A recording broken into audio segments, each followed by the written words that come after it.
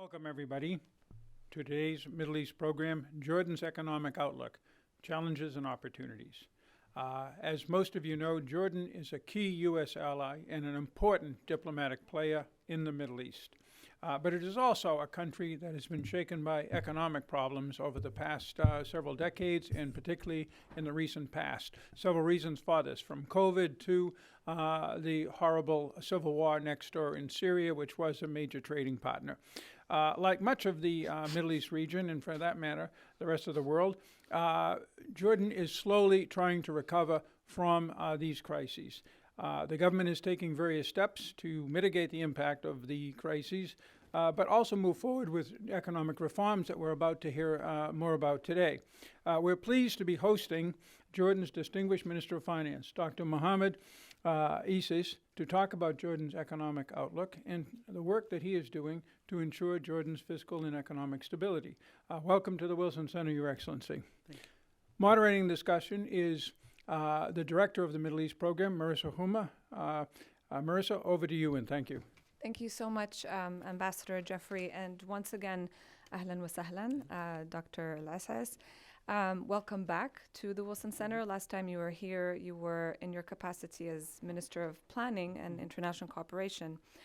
So you've been at the helm, in the thick of it, for some time, addressing the myriad problems that Jordan faces on the economic front in particular. Some of them Ambassador Jeffrey just mentioned. So I think my opening question is a very simple one. Where is Jordan today, facing all these different challenges, and what is the government doing to address them? Right. First of all, pleasure to be here, and Ambassador Jeffrey, thank you for the honor of being introduced by you, sir. Marissa, always pleasure being here, and thank you for what the center is always doing to expand the narrative and discussion and discourse about the region and moving forward. We've just emerged, as the rest of the world, from the pandemic, the COVID pandemic. While for the rest of the world, this was a crisis that they were learning to face. For Jordan, the past decade has been all about managing crises, jumping from one crisis to the other. Of course, it started with the global financial crisis, after which, as the rest of the world was recovering from it, we were hit very quickly by the Arab Spring and its ramifications, which manifested themselves for Jordan initially through the disruption of the natural gas supply we received from Egypt, which we depended on 97% of it for our electricity. Then, of course, as the ambassador said, the closure of our border with Syria and with Iraq, as ISIS was approaching, that we get an influx of 1.3 million Syrian refugees, which overnight increased Jordan's population by 20%. A tall order for any country, but for a country that's the second poorest in water resources, you can imagine the challenge that has put on us. Through it all, we have developed the art of managing crises and firefighting them to maintain stability. We were able to undertake all these exogenous hits, which in the past decade were as much as 44% of our GDP. Massive hits, which we were able to sustain. We entered the pandemic, were able to deal with it in a way that tried to balance lives and livelihoods in terms of the impact of it on our citizens and on the refugees. We emerged from it having been able to minimize the impact on the economy, but the impact, of course, is massive. And now we're looking to move forward into a tale of recovery and growth. Having said all of the above, we could have easily taken these crises to slow down the pace of reform. If anything, we expedited the pace of reform. We are currently in the midst of an intense program for fiscal consolidation and discipline, but this time we are doing it our way, meaning unlike previous reform programs, which we implemented because different development partners thought that we should move in this direction. This one is 100% Jordan's reform program.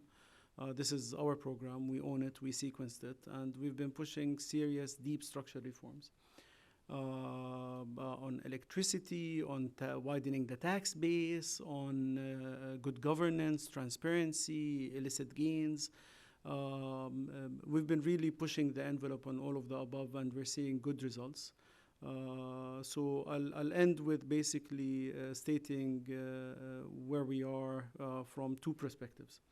On the bright side, we were able to maintain our sovereign ratings at a period where many countries saw downgrades. We actually stabilized, maintained, and Fitch recently upgraded its outlook of Jordan from negative to stable. We are able to bring our G spreads down, which are a measure of the fiscal risk of a country. We brought it down in the past 2 years by 39%. At the time where all other peers have really witnessed theirs increase significantly. We pushed a lot of reforms. The relationship with the IMF is as good as it gets. We own the program, and we're pushing forward with the reforms. That's on the bright side. On the negative side, we are facing real challenges, which I'm sure we'll expand upon in the discussion. Chief among them is unemployment. Mm-hmm. Unemployment among the youth is roughly 1 in 2, which is really a real concern for every Jordanian household. Cost of living has been facing a lot of pressure, especially with the refugee crisis. Aid is down. Jordan is doing a global public service by hosting all these refugees, providing them with a good path to life, education, health, labor market access, in spite of the high unemployment. But frankly, the world has stopped supporting Jordan in its job that it's in its role that is delivering on behalf of the world, and that's a real squeeze on our resources that we need to balance very carefully. In a nutshell, Jordan has done a tremendous job surviving the exogenous crisis, but now we need to move into thriving, into giving hope into our youth. Thank you very much for this overview, and I'm gonna jump straight in and ask you to zoom into the youth unemployment challenge. So it's at 50% according to the World Bank. We here at the Wilson Center have published a report 2 years ago on workforce development in the MENA region, and Jordan was one of the case studies. So, you know, there are obviously some supply challenges and challenges on the demand front. So how is the government working on this? Because this is not solely the job of the government. There are other stakeholders. So what are some of the initiatives that are underway? And also, with the pandemic in place, changing the nature of work, how do you see the government looking at other sectors that perhaps need a boost and would help youth with the unemployment challenge? So, Marissa, I think let me start from where you ended. With the pandemic, I think Jordan has an opportunity when it comes to the impact of the pandemic on labor markets, because where we excel in Jordan is we have a high human capital work force. The export that we can really drive the growth in Jordan in is focused on export of high human capital services. Education services, consulting services, medical tourism, auditing, consulting, IT. The latest World Economic Forum list of the top 100 Arab startups driving the fourth industrial revolution featured 27 Jordanian companies. That's 27%, although our population to the region is 2.3%. That is really a manifestation of the potential that we can develop there. As the pandemic is expediting the transformation into digital transaction across the board, it really brought them forward much faster than otherwise. I think there is a real opportunity for Jordan to capitalize on it, to be a hub of export of these services, and we've been seeing really a lot of activity in that regard. Let me go back to the initial question, which is labor market reform. As part of our reform program, the key focus for us is to ensure that we are able to regain the momentum for growth in job-rich areas. That's the key focus we're working towards. In that regard, there are a lot of reforms that we've been pushing through in the labor market, which we needed to become more dynamic, less stagnant, more welcoming of women participation, both de jure and de facto, meaning if you look at the labor codes in Jordan, they're very equal opportunity for all genders. We've made them more friendly vis-a-vis specific needs in terms of encouraging women participation. But reality is, on the de facto side, we still have a very steep curve to climb there. One of the biggest disappointments I personally have, and many of my colleagues, is Jordan does wonders educating our girls, and then we don't do as well employing our women. And this is a challenge that we really need to dissect. Parts of it have to do with availability and affordability of public transportation. Part of it has to do with childcare. Part of it has to do with providing the right environment. But unless we are able to capitalize on this momentum, I think the challenge will remain there. On the supply side, of course, for years our labor market has been set up to serve the GCC labor market, and not specifically the Jordan labor market. And this is something that we've been transforming significantly with the implementation of our human resource development strategy that focuses both from pre-KG all the way to university, with a specific focus on elementary education and development. But on the demand side of labor, what we really need and what we've been trying to do, and the latest reform, deep reform that we've implemented at the start of April, which is to reformulate our electricity tariff pricing to make it more competitive for productive sectors, is we need to bring the cost of doing business in Jordan significantly down in order for the private sector to grow. Employment will be which is, I think, is unobvious for everybody in this audience, but not necessarily in our region. Employment will have to be created in the private sector. And therefore, everything we do has to encourage private sector growth and competitiveness.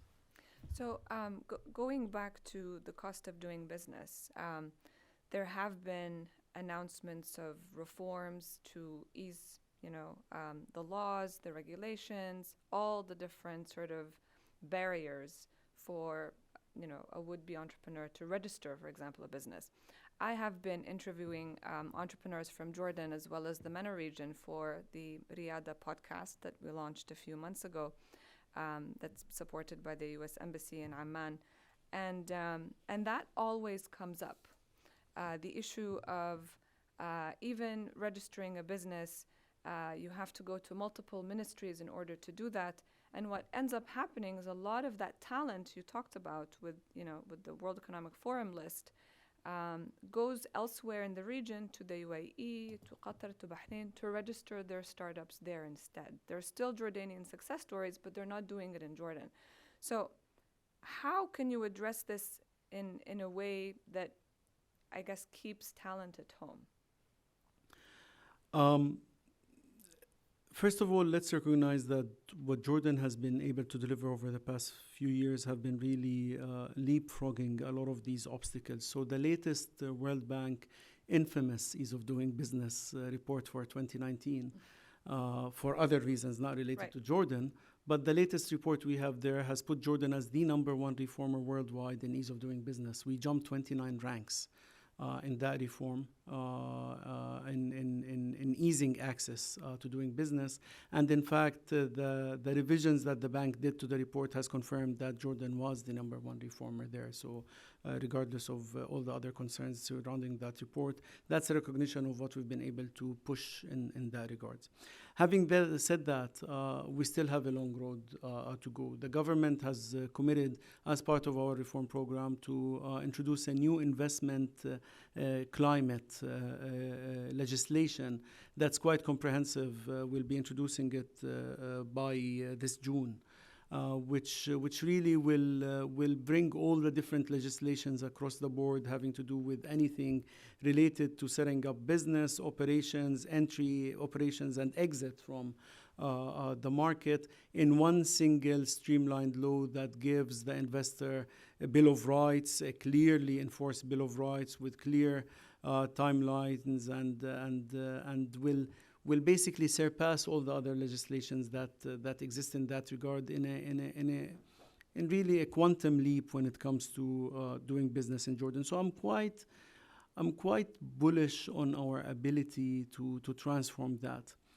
The challenge for Jordan really is in addition to the ease of doing business, it's in our ability to penetrate other markets which can benefit from Jordanian talent.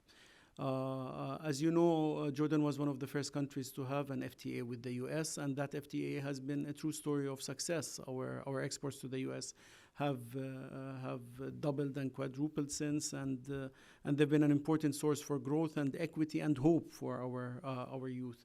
Our FTAs with other countries have not delivered as much. Our ability to penetrate regional markets and inter-Arab trade has not really been a case of that. Jordan can be, we're living at a very interesting era, Marissa, where Jordan can really see itself transform from a country which is a net energy importer to become a country that is a net energy exporter. We're at the hub of, we're at one of the sweetest spots worldwide in production of solar energy, at a fraction of the cost that many other countries in Europe and the States can produce it at. Because we have perfect conditions for solar, lower sort of pollution in generating that electricity. Now we're looking at potentially green hydrogen, which will allow us to export clean energy, which the world now is seeking from. We've interconnected with countries such as Lebanon, which is facing its own challenges to export electricity to Lebanon. We're building interconnectivity with Iraq, which has massive electricity needs. With the West Bank, we have existing interconnectivity with the West Bank, but we're looking at scaling it up. We have existing interconnectivity with Egypt, and the latest visit that the government did to Egypt we both decided to expand our interconnectivity. We have the same with Saudi, which can be a really nice balancing of the networks, because Saudi has its peak in the summer, we have our peak in the winter in usage, so we can really benefit from these synergies. There is a lot of momentum brewing. Having said that, a lot of the reforms that we've been implementing, and they've been really challenging, will bear fruit in the medium to long term.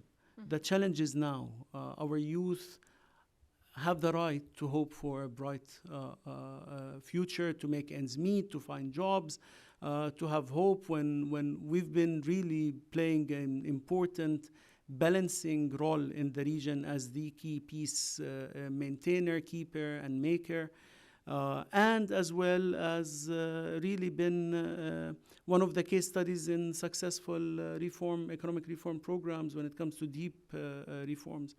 The challenge is for a small open economy like Jordan, which is we're not in the Caribbean.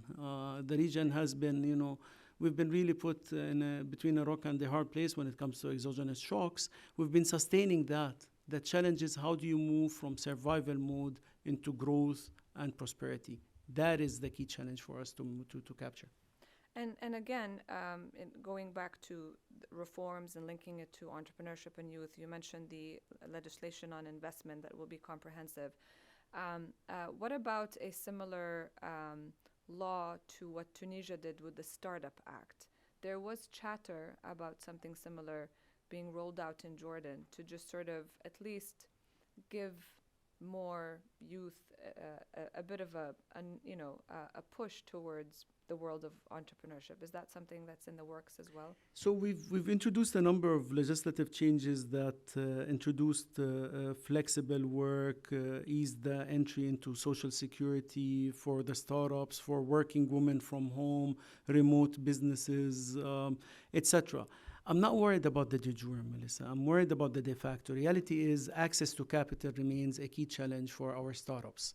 And this is not something that is easily dealt with through legislation. This is something which needs to introduce venture capital avenues, angel investment avenues, private equity, functioning capital markets. The challenge for many of our startups is, by the time they saturate the Jordanian market and they need to enter other regional markets, the barriers to entry are high. And that's part of the reason where many of them actually end up relocating elsewhere in the region, because they need to operate in these markets for them to have a decent valuation in order to access the finance. And I think as the US have been pushing a lot of efforts regionally and globally for economic integration, Jordan stands to benefit a lot from that in giving access to our startups in that regard. So in terms of the de jure, we'll continue pushing on it, but reality is, unless we deal with the real issues, which is access to markets and access to capital, the challenge will remain there. And these are the areas we need to really unravel for our startups in order to compete. But having said that, many of the startups by design in Silicon Valley don't end up prospering. It's usually the very, very few that make it big and therefore compensate for the investments across the board. My point is, I don't think outsourcing the problem to the youth by basically telling them, here, have your startups, good luck, is the right approach going forward. We need to ensure that they have the elements for success. We need to make sure that those of them that have the bright ideas make it all the way, access the finance. And we set up different funds so we have a fund called the ISSF, which is aimed at funding VCs that fund startups. So it's a fund of funds, if you may. We've introduced different policy interventions to encourage access to finance for startups. But the challenge is for many of the youth that do not have the potential to succeed in the startup business and are not finding the job they're looking for and they work so hard for. We're living at a very interesting age, Melissa, where the problem is not that, the youth now are well educated, well informed, well interconnected, yet they do not have access to the jobs, they do not have access to finance, and they do not have access to fulfilling the dreams that they justifiably have. And the gap between reality and expectations is the real challenge that Jordan, as many other countries, face now. As the world now is entering what I think is a very dangerous era, whereby many of the global economic policies are designed for big, large economies such as the US. Inflation is an issue. The Fed is hiking rates. Jordan will follow because we're pegged. That will slow down an already sluggish economy. The Russian-Ukrainian war have raised all commodity prices from fuel to food staples. That will put a real squeeze on us. The challenge for countries like Jordan is, how do you maintain your openness, small open economy, while at the same time draft your own independent path that caters to your own challenges? If there is a lesson from the implementation of the Washington Consensus, which many countries implemented, checked the list, and did not see the growth happen, is that, as Anna Karenina starts, not all unhappy families are the same. And therefore, the one-size-fits-all reform is not the path forward for countries like Jordan. We need to own our reform agenda. We need to diagnose it. And it's very hard to do that in an era where the global push is catering for economic circumstances that are very, very different than the ones you are actually facing. And you have zero option but to follow that trend because you are part of the small open economy. Absolutely. The challenges keep coming at you, and that's part of the challenge, navigating uncertainty while you're pushing for all these reforms. You mentioned that entrepreneurship and startups is not necessarily the path for all youth, and that's I guess one data point here is that in the U.S. the average age of an entrepreneur is actually between 40 and 45. And here we're talking about, encouraging, young graduates to go and start their own business. But it does have positive spillover effects also in ensuring that youth at least try different things, gain new skills. But now with new sectors emerging and the nature of work changing with the pandemic, do you see more opportunities for remote work for some of the young graduates, where that also contributes through remittances? I mean, that was sort of one of the positive features of the latest economic outlook of the World Bank. And what other sectors do you see as promising as we slowly emerge out of the pandemic? Let me just be very clear. Supporting startup and entrepreneurship is a key path for Jordan. That's why we're celebrating the success of our startups. What I'm saying is we also have to be cognizant that this is not the solution for the average unemployed youth. This is a sort of a solution for an elite fraction that hopefully will have sufficient spillover to drive the economy with it. Having said that, we need to cater for the average, and the average will need to have the right job skills to engage in the private sector, and we need our private sector to go on the right demand for these kinds of young potential employees. When it comes to remote employment, as I said, I think it's a real potential. It's a real potential for our men, for our women who want to enter the workforce. It's an important potential for our startups that have saturated the Jordanian small economy and look to expand beyond that. I'll give you an example. One of the cases I worked on before entering the Ministry of Finance is working with one of the U.S. companies, Expedia, to try to locate one of their 5 coding centers in Jordan. And they have an excellent experience, and they have the highest female to male ratio coders in that office out of all their other offices, including in Washington State and Silicon Valley. That's the future that Jordan can really excel in, and we can really benefit from it. During the pandemic, Jordan was exporting basic pharma products because we had a terrific pharma industry, and we were sending pharma products and basic kits across the world. Again, that's an export of high human capital product in this case that we can really thrive upon. Remittances, again, as fuel prices are now going up, we're hoping that as we're taking the negative hit on energy, that it will be balanced by a positive impact from remittances from the GCC and the demand for Jordanian labor. Listen, we've been hit by so many crises. We've been living crisis after crisis. We've mastered the art of managing crisis. Having said that, sometimes it feels like you're living death by 1,000 cuts. And what we need is to really identify the key binding constraints that are holding growth back in a country like Jordan, hit them hard, and give our youth the bright hope that they deserve and we must deliver for them.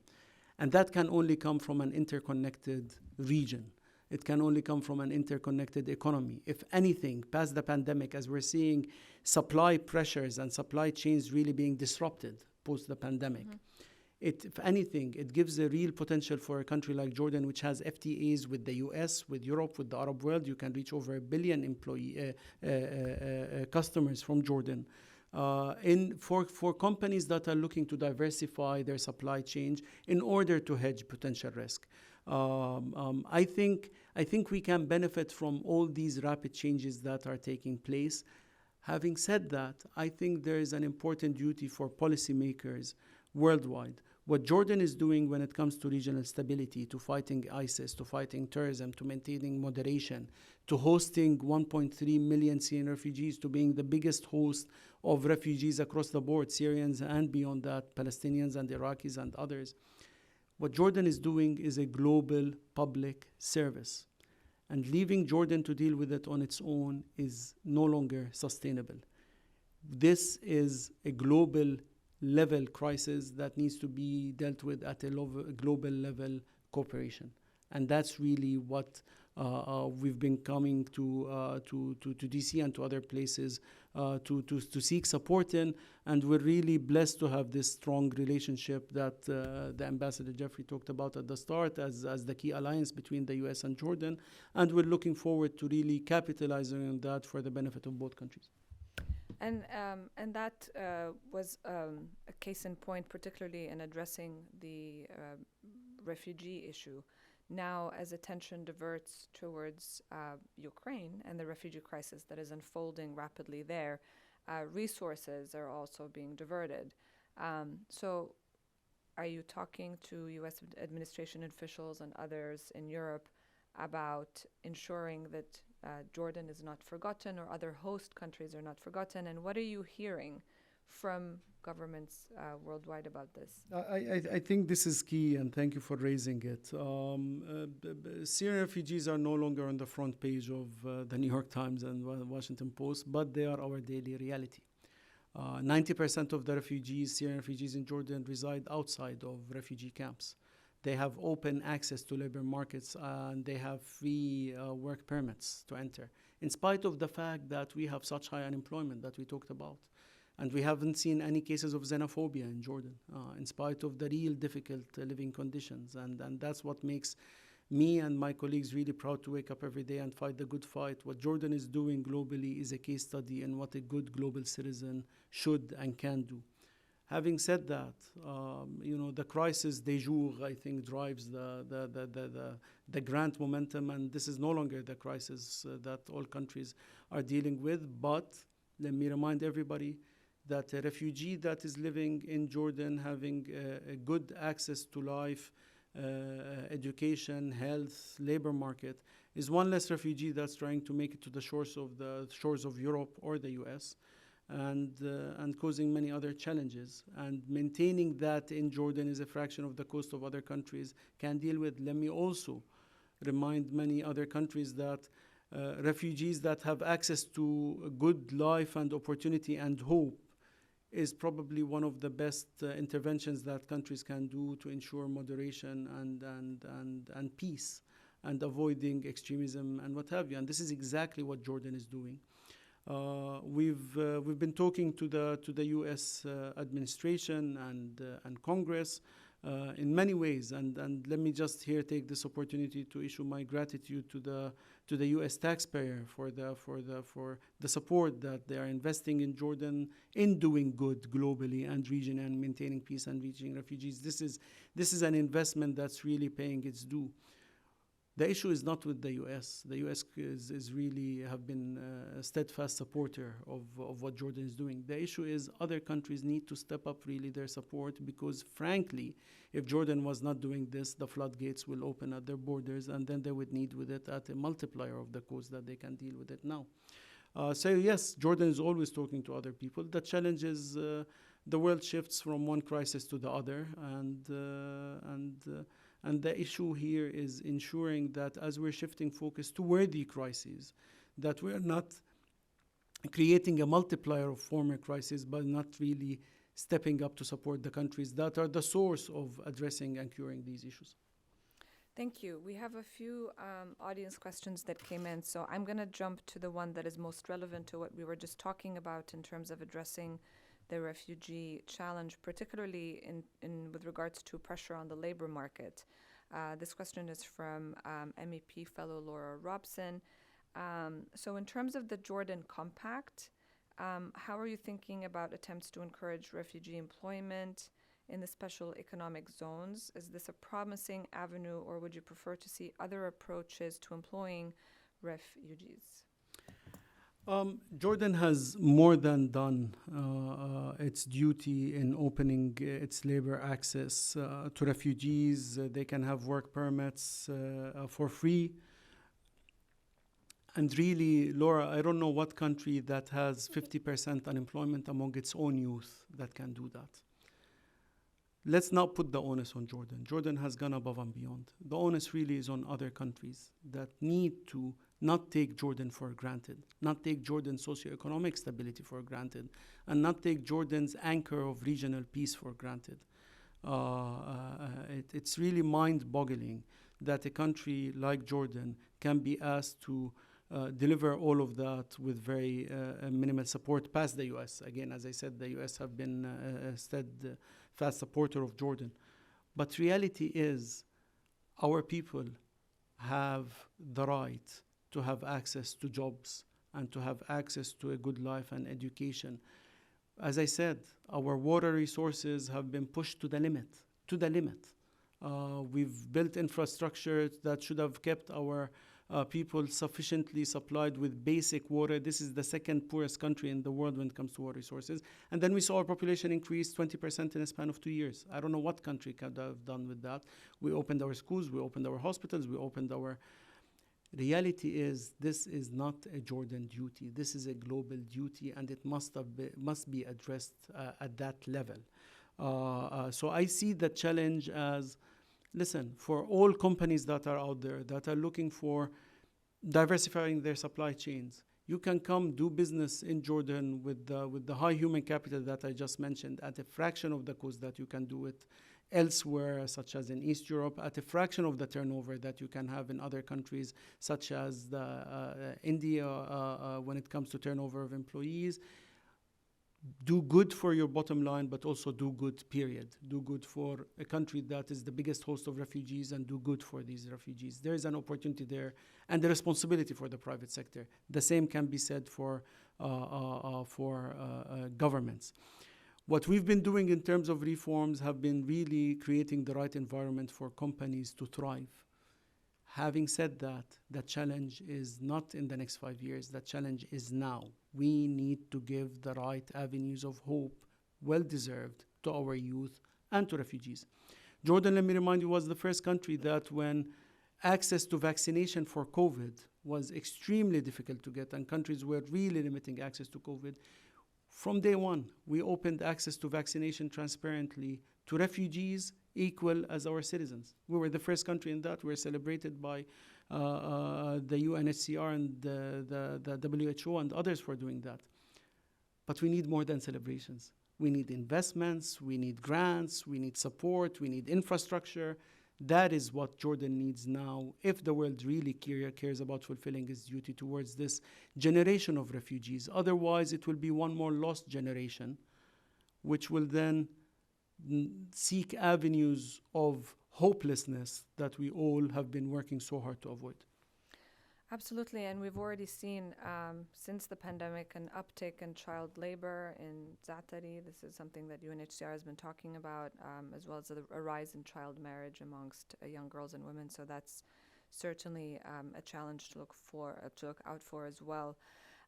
So moving towards reforms, you mentioned in your opening remarks expanding the tax base, and tax reform is very important. But also there's always a trust issue with the government, but amongst the people towards the government with regards to taxes. So it requires heavy lifting on your part to convince people why they need to pay more taxes or pay taxes. And with that, with all the sort of pressures that you also talked about with the rising cost of living and now with the expansion of the tax base and what tax reform entails, are you also worried about any social unrest in this regard? So I think this is a very interesting tale of how reform can and should be done. When Jordan owned its reform agenda, when we actually did our own diagnosis of the revenue challenge, we found that the results tell a very different narrative than what others were telling us. Our tax base, we were collecting as a percent of GDP around 26%, which is comparable to other OECD countries and other countries that are peers of us. The challenge was not the amount that was collected. The challenge was, not all calories are created equal, and the vast majority of the tax that we were collecting came from regressive indirect taxation, not from progressive direct income taxes. And that's why we redesigned our whole tax approach. By the way, you mentioned pay more taxes. We have not raised taxes a penny for the past 3 years, not a penny. This is the third budget I submit to the parliament on behalf of the government, which does not raise taxes a penny. Yet, we were able to meet our projections in the budgets and surpass them for the first time because we focused on widening the tax base. We closed the loopholes for evasion. We closed loopholes for avoidance. We reformulated our tax administration completely. And the nice thing and the important thing about this is socio-economically stable and sustainable, meaning the people want everybody to pay their fair tax. So that is popular. So when you do these reforms, you're doing it with popular support. Right. When you introduce new legislative changes to limit transfer pricings for evasion, to limit place of taxation manipulation, to limit arbitrage across different geographic tax zones, all of these, and we use the pandemic really to capitalize on populist demand that people should pay their fair share, to push a progressive expansion of the tax base in a popularly supported way. And that's why I believe not only is it the right approach and it's been paying off as evidenced by our revenue collection domestically, but we did not increase the tax burden on the average citizen who is doing their tax duty to the government. This is a story and a case study that really I am proud that Jordan undertook and the IMF is celebrating. And I think it tells a story about how economic reform can and should be done. It's very different when the country owns the reform agenda and sequences it in a way that is sensitive and sensible to the political economy at hand. And we will continue this path. We're doing the same now when it comes to customs.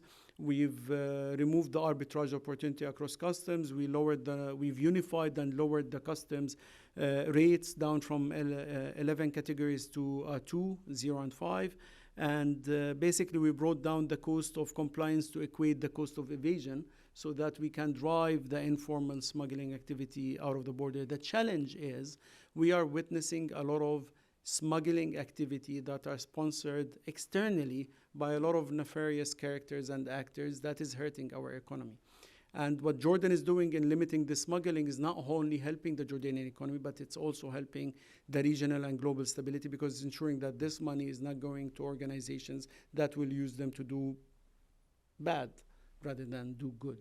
So this is an important case study, and that's why Jordan, we were able to bring down our primary deficit in 2021 by 0.7% of GDP. We're on track to bring it down by another 0.4% of GDP this year. We're closing down the deficit. On the expenditure side, by the way, since it links to what are citizens getting in return, after years of cutting down on capital expenditure during the previous waves of reform during the past decade, after years of cutting our subsidies and safety nets, we've actually significantly expanded both, but we did it in a targeted way.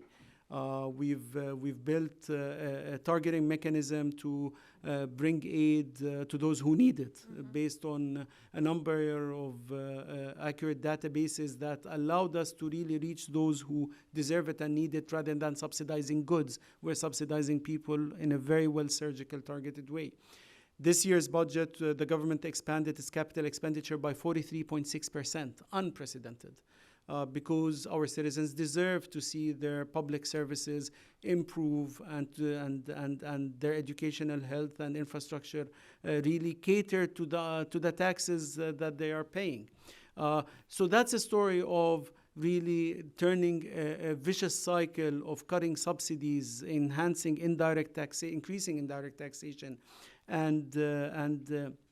and cutting capital expenditure and therefore hurting your infrastructure and its quality into a virtuous cycle of expanding the tax base, not increasing tax burdens a penny, but really going after those who are not paying their fair share and are evading, and using that money to then enhance your capital expenditure and your safety nets.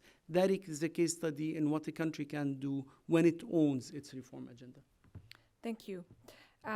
So you mentioned very briefly smuggling that's happening, and I know that this is a challenge, particularly on the northern border with Syria, primarily drug trafficking. And one of the questions that came in here was about trade with Syria. So what's going on there? So as Ambassador Jeffrey in the opening remarks mentioned, Syria used to be a trading partner with Jordan, so was Iraq. The past decade has really led to a sudden and drastic shift in trade relations as we closed our borders as both countries went through their unfortunate manifestations of unrest and civil war. Of course, we are cognizant of the U.S. Sanctions on Syria, and we are respectful of that. So we are in compliance of that. Having said that, we are really hopeful that peace and political resolution will persist in Syria in a way that will allow Syria and therefore Jordan to move into a brighter future that is supported by the global community in a way that really gives hope to the different people of the region. So right now, of course, there are real legislative legal challenges to that. And we are working very hard to ensure that a peaceful resolution wins at the end of the day in a way that helps all countries. For Iraq, for example, we're working closely with the Iraqi government to open up avenues for trade. Jordan also have been trying to build an access between Egypt, Jordan, and Iraq to provide that. As I mentioned also, we've been trying to reach out to help the average Lebanese citizen by providing electricity to Lebanon in an agreement that was supported with the World Bank and other countries. And has that already started supplying? So now we're in the final stages of actually finishing the minor details, not as Jordan and Lebanon, but perhaps other parties that are involved. The grid has been rebuilt. We are ready to push electricity with a click of a button. We just need to finalize the footnote between Lebanon because of the challenges that they are currently facing with other parties that are supporting it, such as the World Bank. Also, the export of natural gas from Egypt through Jordan, Syria to Lebanon is also part of that, and the infrastructure is ready. And on both front, electricity and gas, they've been tested, and we're good to go. So we're almost reaching the point where we'll click that button. Excellent, thank you. Moving a little bit towards addressing some of the questions here, trying to place them all together. Jordan's border, the West Bank and Israel. If you can talk a little bit about Jordan's economic cooperation with Israel. Are there new opportunities with the Abraham Accords? And how is Jordan's trade with the West Bank? So one of the first projects that Jordan have launched in the public-private partnership space has been the expansion of our border crossing, the King Hussein Bridge with the West Bank, which aims at providing better services for the passengers from and to the West Bank and Jordan, and cargo, which aims at enhancing the exchange of goods and services between both people. And this is really a very healthy investment in ensuring that both sides can benefit from the dividends of prosperity and growth, and therefore will yield positive results on all. Unfortunately, over the past couple of decades, the dividends of peace with Israel have not manifested themselves to Jordan. We are hopeful that the new phase we are entering will actually bring more of that dividend for all regional partners. And there are a number of regional projects that have been deliberated that will yield to that. Again, Jordan has and will continue to be an anchor of peace and stability and hope in the region, and we welcome any direction that gets different countries closer towards that path of peace and cooperation in a way that spills its dividends equally across different players. Thank you for that. So with regards to the fiscal space, you've talked about some of the challenges there and how you're addressing them. And then, of course, Jordan, amongst other countries in the region, suffers a very high debt constraint. So with all these recent shocks, do you have, are you rethinking how to manage all of these different fiscal constraints? I think this is an important really point to ponder at this time in the global economy. Jordan has a limited fiscal space. We have a limited fiscal space because we are trying to put our debt on a downward trajectory to hit by the end of our extended fund facility with the IMF to hit 80% debt to GDP, and we're on track, inshallah, for that. This year has been the first year in which our debt service in our budget actually goes down rather than up. Because we've been really introducing a lot of reforms and expanding our tax base, improving the target of our expenditure, but also because we've been using the lowered interest environment that we witnessed during the pandemic to really optimize our debt portfolio. The challenge going forward is interest rates are rising. The global economy will slow down, and therefore Jordan will face tremendous challenges there. We need countries to really support us by accessing concessional financing and others to ensure that we are able to continue playing that global public good role that we've been playing. Having said that, our reserves are robust. They cover more than 9 months of imports at 18 billion. Our wheat supply has been named by the World Bank as the healthiest in among all other countries.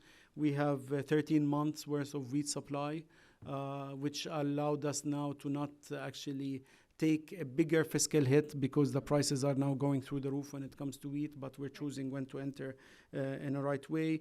All the reforms we're doing and expanding the tax base in an equitable and progressive way will pay dividend. Reality is, and this is really an important ideological question, a lot of the fiscal, economic, global policies are designed with big economies in mind. Those that will be hit first and foremost from them are small, open economies such as Jordan. So the real question now is, are we going to repeat old mistakes?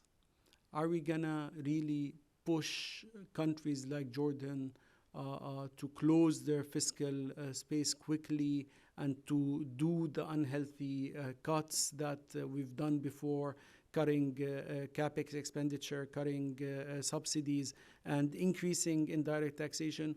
Or are we actually going to finally realize that the path to fiscal stability will only flow through healthy growth, and to invest in growth, and to invest in employment, and to invest in educating our youth, and to really understand that there's so much weight loss that one can achieve by stopping caloric intake, and the challenge is really to ensure that you are focusing on healthy calories and on ensuring that the way of life is actually conducive for a healthy economy and for a healthy transformation of our reality. And that's really the challenge that I come to the spring meetings to really discuss with my counterparts at the IMF, World Bank, administration, and others, which is at this time, when the IMF is really concerned about growing debt, when the Federal Reserve is concerned about inflation, we must really design policies in a way that does not simplistically try to get you from point A to point B and end up backfiring and regressing, but rather that really takes the complexity of the situation and give an opportunity for growth to happen, because at the end of the day, debt is debt to GDP, and there are two ways to balance this equation. Thank you for that. And that's, in the long term, is how you also decrease dependency on foreign aid. Right. And speaking of foreign aid, one of the questions that came in asks whether you have any expectations as a government about planned increases in U.S. aid package in the next few years.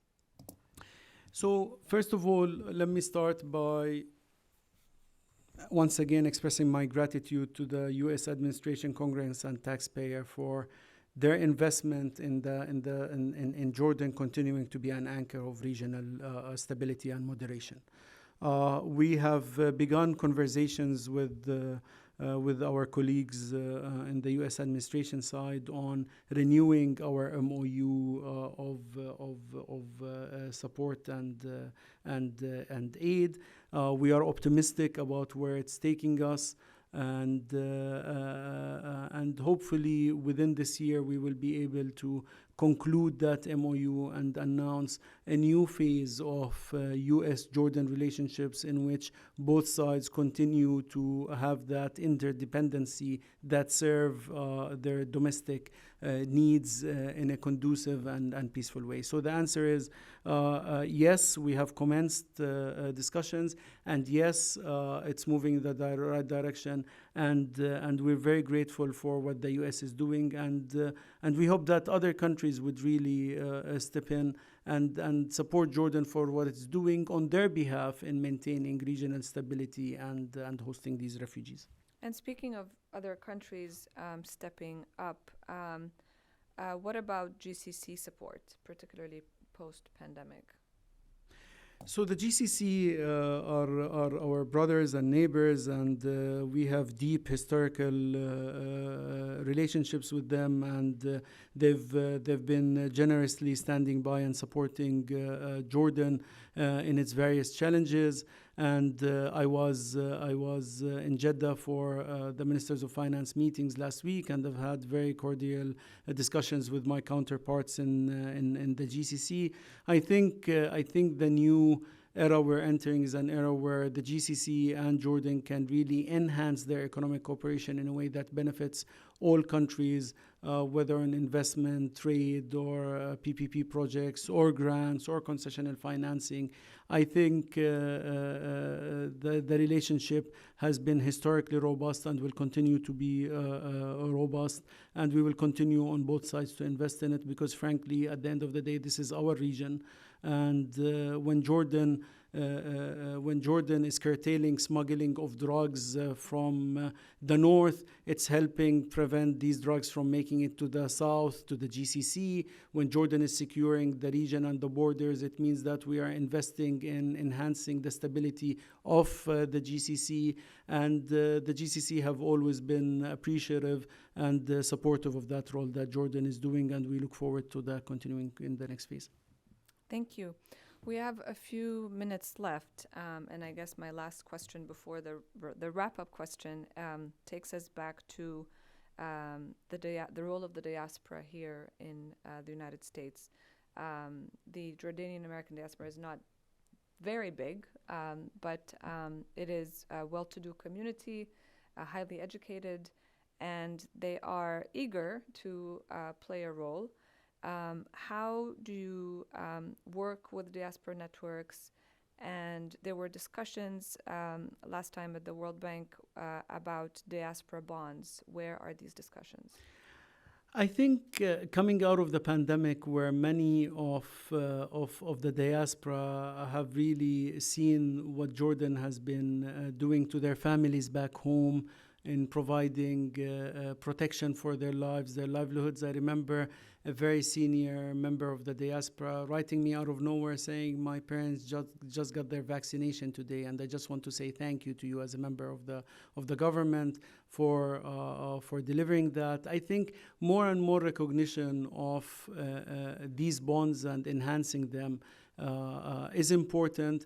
At the end of the day, the U.S. For many of the diaspora is their home, and we're proud of that. But Jordan is also their home, and we seek to reinforce the connections there, whether by direct investments, direct access to opportunities that will benefit them financially, but also will benefit Jordan, giving Jordan a sort of a first right when it comes to the next investment out of the U.S. that these countries are looking for, strengthening the relationship between the U.S., the B2B relationship between the U.S. and Jordan, but also being good advocates for what Jordan is really doing at an era where the voices of moderation, the voices of being good global citizens have become very, very faint. And now more and more attention goes to those that really are on the extreme of events and arguments.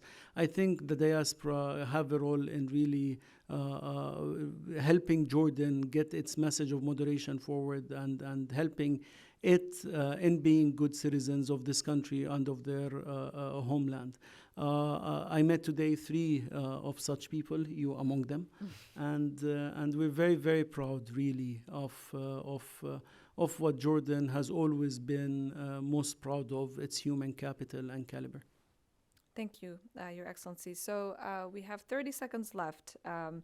And so in 30 seconds, what is the message that you want to leave us and the audience with?